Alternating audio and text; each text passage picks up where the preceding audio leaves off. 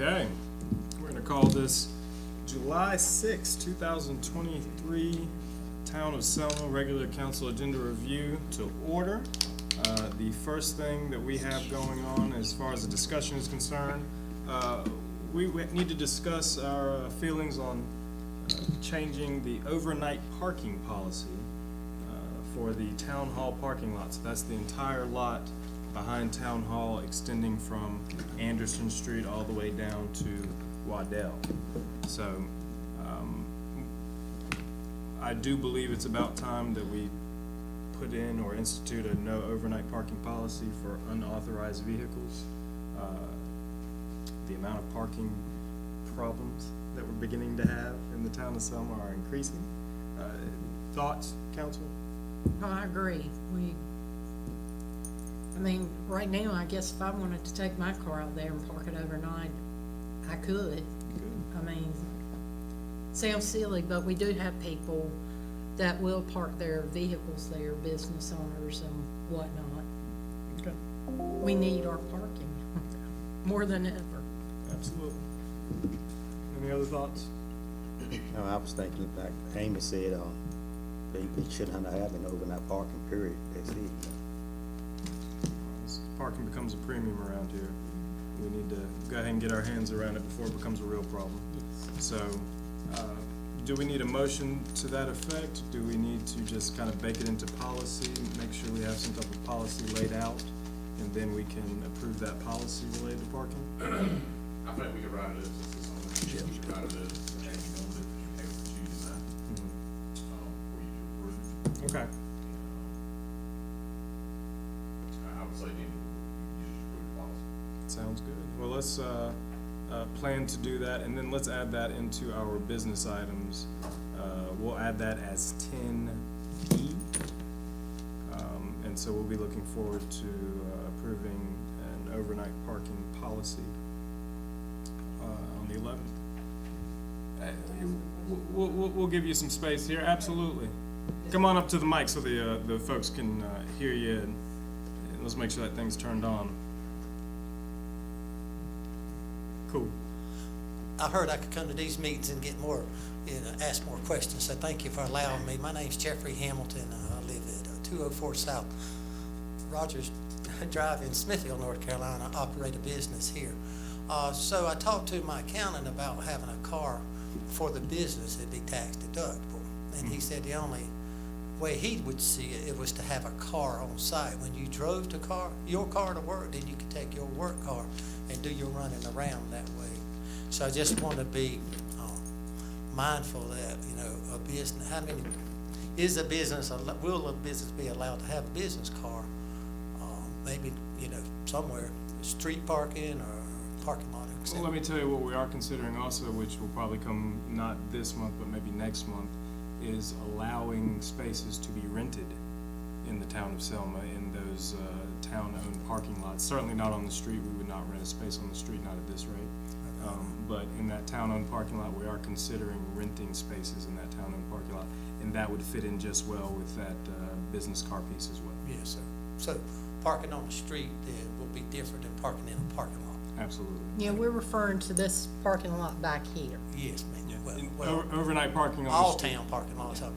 Overnight parking on the street, we haven't even begun to consider regulating, and, before we would get to that, we would have conversations about probably metering parking versus restricting overnight parking, that type of conversation.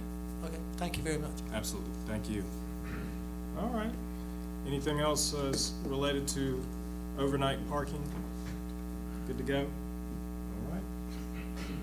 We do have an update to our current fee schedule. This update is related to a conversation we had at our last council meeting concerning master metering. We do have probably 5 entities that we are aware of right now that have master meters as part of their metering for water in the town of Selma, and that master meter is their line onto a private property from the town of Selma.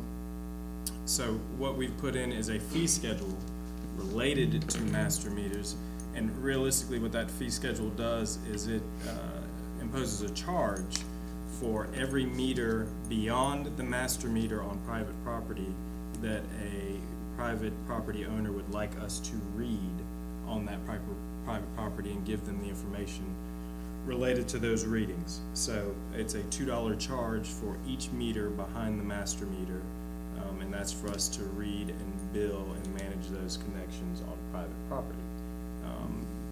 Council, do we have any questions about that master meter piece? I think it's a reasonable plan. I like it. Very reasonable.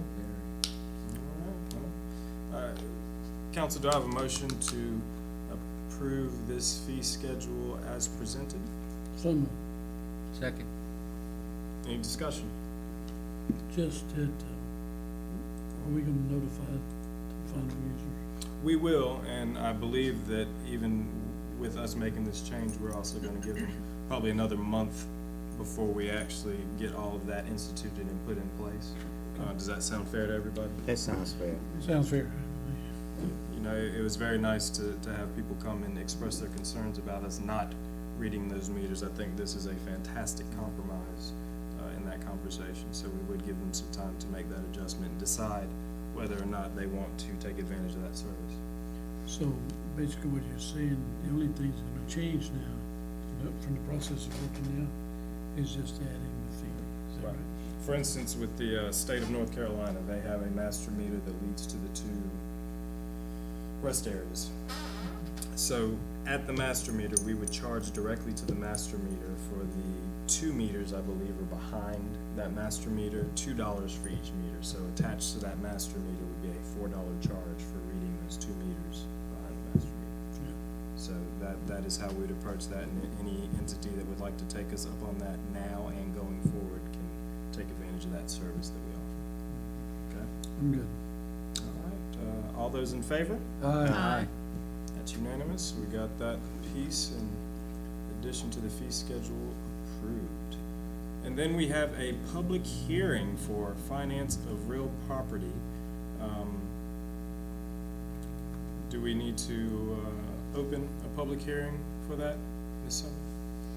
Summer? Yes, pursuant to 160A, Section 3, we need to open a public hearing specifically for the purposes of encumbering real property, even though we don't own said real property yet, with financing. So it is required, we have a public hearing, and then I will need that resolution, the most recent one that I sent to you, adopted, and then we need all of these pieces along with about 100 others to send to the LGC next week.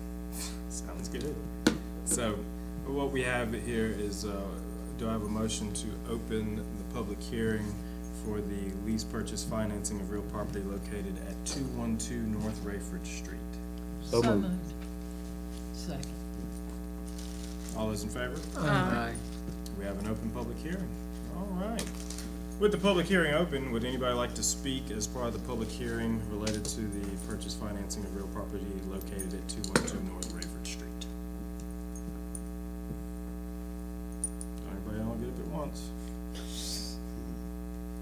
Yeah, I've read through, I like it. All right. Well, with that, do I have a motion to close the public hearing related to the lease purchase financing of real property located at 212 North Rayford Street? So moved. Second. All those in favor? Aye. Public hearing is closed, and I believe we have a resolution to look at as well. That is correct. Ooh, let me get up. You may Order read for it, I'll this. be happy to read it, whichever you prefer. You know, I'm not gonna do that to you. I'll take care of it. All right, let me get a swig of water here. So, before us, we have a resolution for support of financing purchase of 212 North Rayford Street. Whereas the town of Selma is a growing community and wishes to best serve its citizens by providing adequate public facilities. Whereas the town of Selma desires to purchase an additional office building located at 212 North Rayford Street, parcel ID number 140222024, to serve as an office space for town functions, and believes that the town may better engage with the citizens by being in an office space that is housed on one floor, unlike the current facility in use. Whereas the town desires to finance the purchase by securing financing as authorized under North Carolina General Statute 160A, Articles 3, Section 20. Whereas findings of fact by this governing body must be presented to enable the North Carolina Local Government Commission to make its findings of fact set forth in North Carolina General Statute 159, Article 8, Section 151, prior to approval of the proposed contract. Now therefore be it resolved that the Town Council of Selma, North Carolina, meeting in regular session on the 6th day of July 2023, makes the following findings of fact. The proposed financing contract is necessary or expedient because the town does not currently have adequate public facilities housed that allow the town to engage with the citizens. The desired property provides adequate space to allow the town to expand. Town of Selma has solicited bids for this financing, and the lowest responsible bid came from KS Bank, Inc. The loan would be for up to $525,000 of the $650,000 purchase price, and the loan would be repaid over a 20-year term. The loan is necessary because the purchase cannot be paid from current available appropriations. The proposed financing gives the town the ability and time to grow and accumulate more revenue to service the loan. The sums to fall due under the contract are adequate and not excessive for the proposed purpose because the appraised value of the property matches or exceeds the proposed purchase price. The town has provided an appraisal setting forth the assessed value of the land and the appraised value. The town's debt management procedures and policies are good because its debt management policies have been carried out in strict compliance with state law, and the town remains far below the statutory debt ceiling. The town of Selma is not in default in any of its debt service obligations. The town attorney for the town of Selma has rendered an opinion that the proposed project is authorized by law and is a purpose for which public funds may be expended pursuant to the Constitution and laws of North Carolina. Now, therefore, be it resolved by the mayor and council members of the town of Selma that the mayor and finance officer are hereby authorized to act on behalf of the town of Selma in filing an application with the North Carolina Local Government Commission for approval of the purchase and the proposed financing contract and other actions not inconsistent with this resolution. This, the 6th day of July 2023, if the Selma Town Council approves this resolution and adopts. So, with that being said, do I have a motion to adopt this resolution? So move. Second. Any discussion? All those in favor? Aye. That carries unanimously. We've got a resolution. That one was taxing right there, my goodness. Thank you. Thank you.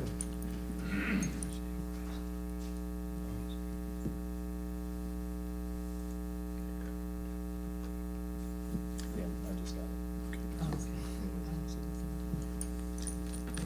Yep.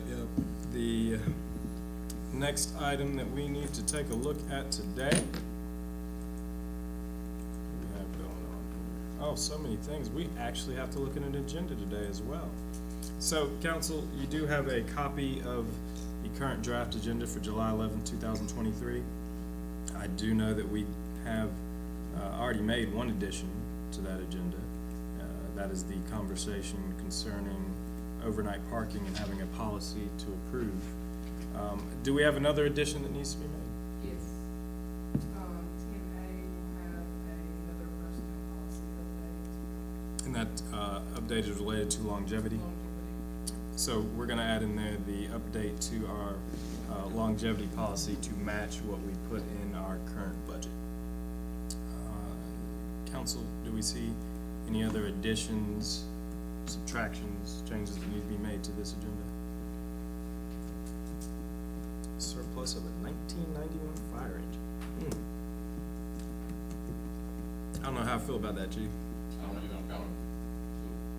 Yeah, Good. yeah. Yes, but it is on the agenda, not the perfect time, but the, first out easy was on the call of the night, this fire we had. Come in first meeting. Woo. It's like, dude, I do it all the time.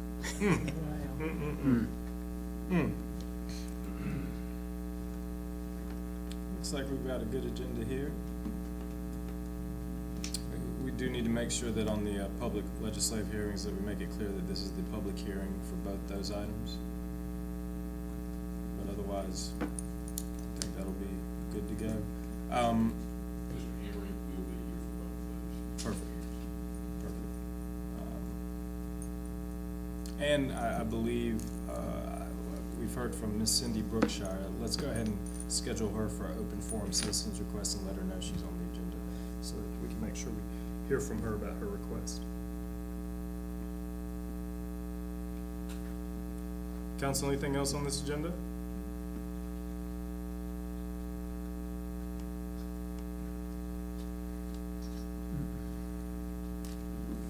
All right. We are good to go on the agenda. I do believe we have a couple of items for closed session this evening. Actually, no, just one item related to personnel. What would that be under? 6. 6. So under general statute, all right, 143.318.11.6. We're gonna go into closed session. Do I have a motion to do so? So move. Second. All those in